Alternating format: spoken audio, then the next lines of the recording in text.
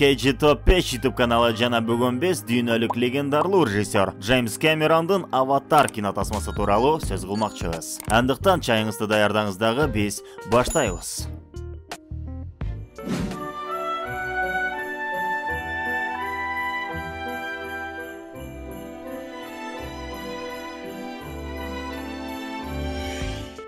Мындан 13 жыл мурун, тактап айтканда 2009 жылы дүйнө жүзүн легендарлуу режиссер Джеймс Кэмерондун Аватар кинотасмасы каптаган. Ооба, каптаган деп мен туура эле айттым. Анткени Аватар кинотасмасы кинобизнесте жаңы тепкичке көтөрдү десек жаңылышпайбыз. Өзгөчө айта турчу нерсе, аталган тасма дүйнө жүзүнө 3D деген форматты терең сиңирген. Албетте, киночулар бул форматты илгери эле колдонуп келишкен. Тактап айтканда 1953 жылдын 10 апрель күнүндө Дом восковых фигур деп аталган биринчи түстүү 3D форматындагы тасма жарык көргөн. Бирок ошентсе дагы дал ушул Аватар кинотасмасы 3D форматынын дүйнө жүзүнө кеңири жайылышына түздөн-түз таасирин тийгизди. Джеймс Кэмерон режиссер, новатор, экспериментатор, инженер, перфекционист жана мыкты сценарист катары таанымал. Джеймс карьерасындагы эң мыкты тасмаларынын сценарийин өзү жазып, кээ бирөөлөрүн керек болсо өзү кескилеп монтаждап чыккан. Мисалы Терминатор, Судный день, Бездна, Чужие тасмаларынын сценарийин өзү жазса, легендарлуу Титаник менен Аватар тасмаларын өзү монтаждап кескилеп чыккан. Айтмакчы, Аватар тасмасы бүгүнкү күнгө чейин кино тарыхындагы эң көп киреше алып келген тасма катары дагы таанымал. 237 миллион долларлык бюджетти чапчыган тасма жаратуучуларына 2 миллиард 923 миллион доллар киреше алып келген. Ух ты!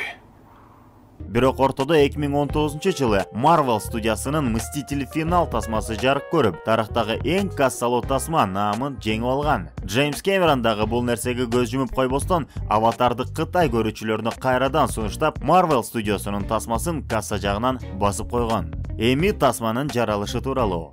Негизи Аватар тасмасы 20-кылымдын 90-жылдары эле жарык көрүш керек эле. 1995-96 жылдары Джеймс Кэмерон Аватар тууралуу 80 барактык концепциясын даярдап студияларга сунуштаган. План боюнча тартуу процессин 1997 жылы баштап, 1999 жылы чоң экрандарга чыгарыш керек эле. Бирок Аватар дүйнөсү кеңейген сайын масштабты түшүнгөн Кэмерон, азыркы учурда биздин технологиялар бул тасманы чыгарууга даяр эмес, деп Аватар проектин убактылуу тоңдуруп коюшкан. Анан кантип Джеймс Кэмерон кино технологиялар даяр экенин түшүндү. Кэмерондун айтуусу боюнча, Питер Джексондун Властелин колец кинотрилогиясындагы Голлум аттуу каарманды көргөндө, демек технологиялар Аватарга даяр экен деген ойго келгенин айткан. Ошентип 2005 жылы Аватар дүйнөсүн түзүү процесси башталган. Албетте, бардыгы жеңил желпи кеткен эмес. Көпчүлүгү билбесе керек, бирок 20-кылым студиясы алгач Джеймс Кэмеронго анча ишене алышкан эмес. Ошондон улам $10 миллион берип, режиссердон тизер сыяктуу кичинекей өзүндү тартып келүүсүн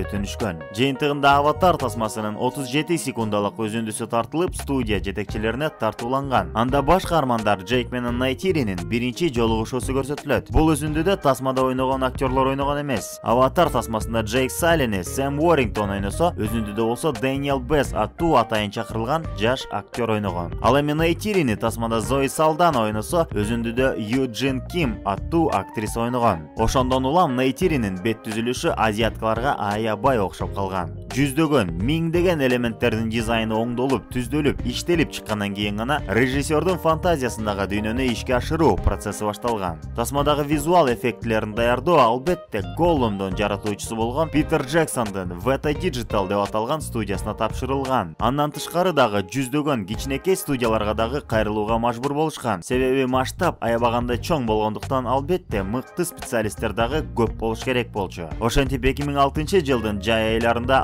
Аватар тасмасынын тартуу процесси старт алган. Нави расасынын тилин нөлдөн баштап ойлоп чыгуу үчүн Түштүк Калифорниядагы университетте эмгектенген профессионалдуу лингвист профессор Пол Фромерди чакырышкан. Алгач Джеймс Кэмерон Пол Фромерге полинезиялык аборигендердин тилинен бир канча сөздү сунуштаган. Ошондон кийин гана профессор Нави расасынын тили болжол менен кандай болуш керек экендигин түшүнгөн. Тасма үчүн Фромер толук алфавит түзүп чыгып, анын ичинде миңдеген сөздөрдү ойлоп таап, сөзгө мүчө улоону, атоочторду колдонууну, жеке маани, көптүк маани жана башка көптөгөн нюанстарды эске алган. Пол Фромер ар бир актерга атайын шпаргалка даярдап берген дагы, кайсыл сөздү кантип айтыш керек экендигин, кайсыл тамгага басым жасаш керек экендигинен бери үйрөтүп чыккан. Алакси, Аматикаяру, КТС CV.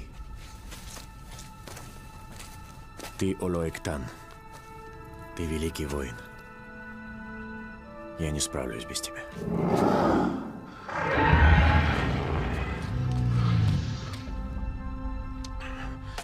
Андан тышкары актерлор тасма тартуунун алдында албетте физикалык даярдыктан өтүшкөн. Катуу диета сактап, жапайыларда чуркаганды, паркурду, мушташты жана керек болсо курал-жарактарды туура колдонууну үйрөнүшкөн. Мисалы, актриса Мишель Родригес атайын ушул тасма үчүн вертолет айдаганды үйрөнгөн. Ошентсе дагы тасма тартуу учурунда чыныгы вертолет айдаган эмес. Актрисанын айтуусунда Родригестин карманы профессионалдуу учкуч болгон. Ал эми жалпыбызга маалым болгондой, камераны алдай албайсың. Ошондон улам аргасынан профессионалдуу учкуч болууга туура келген, дейт актриса интервьюларынын биринде. Кадимки тасмалар секундасына 24 кадр колдонсо, Джеймс Кэмерон Аватар тасмасына секундасына 60 кадрлык системаны колдонууну туура көргөн. Бирок кандай боло турган болсо, тасманын бюджети $300 миллион ашып кетер эле. Мындайга 20-кылым студиясы жол берген эмес. Режиссер айла жок 24 кадрга макул болгон күндө дагы тасманын көлөмү болуп көрбөгөндөй чоң болгон. Студияга 1 петабайттык аянтча керек болгон. Бул 1000 терабайт же болбосо 1 миллион гигабайтка барабар. Монтаждалган материалды рендерден өткөрүү үчүн 930 квадраттык метрди түзгөн ферма керектелген. Анын ичинде 40 000 ядердик процессорду ичине камтыган 4000 сервер жайгашкан. Тасманын эң максималдуу өлчөмүн эсептесек, 1 минуталык графикасы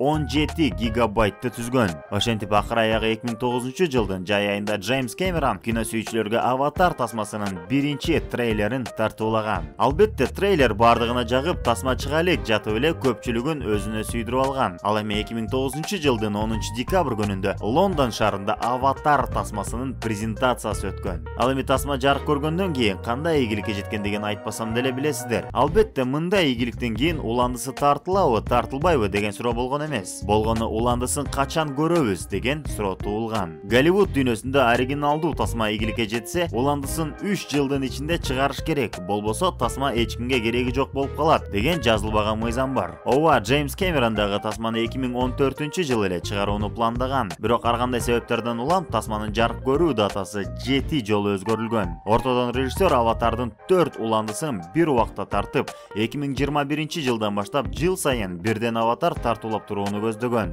Бирок ортодон каргашалуу COVID-19 чыга калып, баарыбыздын пландарыбызды бузган. Ошентип Аватар Путь воды тасмасынын датасы акыркы жолу 2022 жылдын 16 декабрь айына которулган. Джеймс Кэмерондун дагы бир интервьюсунда режиссер Аватар 4 жана Аватар 5 тасмалары жарык көрбөй калуусу толук ыктымал экендигин билдирген. Себеби Аватардын 4 уландысы болуп көрбөгөндөй чоң каражатты талап кылган. Азыркы учурда Аватар Путь воды жана Аватар 3 толугу менен даяр, дейт режиссер. Бирок Аватар Путь воды дүйнөлүк прокаттан $2 миллиард чогулта албаса, 4 менен 5тин үстүндө иштөө толугу менен токтотулат, дейт. Азыркы дүйнөлүк кризис кырдаалында мындай сумманы чогултуу аябай оор экендигин билебиз. Бирок баары бир кандайдыр бир сыйкырдуу күчтөргө ишенгим келет. Анткени Джеймс Кэмерон чындап кино дүйнөсүндөгү гений десем жаңылышпайм. Жана бул режиссердин ар бир тасмасын чыдамсыздык менен күтүп келем. I'm the king of the world! Ал эми силер достор, Аватар дүйнөсү тууралуу кандай ойдосуңар? Джеймс Кэмерондун чыгармачылыгы жагабы, жакпайбы? Жана Аватар Путь воды кинотасмасы дүйнөлүк прокаттан 2 миллиардтан ашык киреше алып келе алабы, же алып келе албайбы? Өз оюңарды комментарийге калтырып кетүүнү унутпаңыздар. Сиздер менен KG Top 5 YouTube каналы болду. Көрүшкөнчө.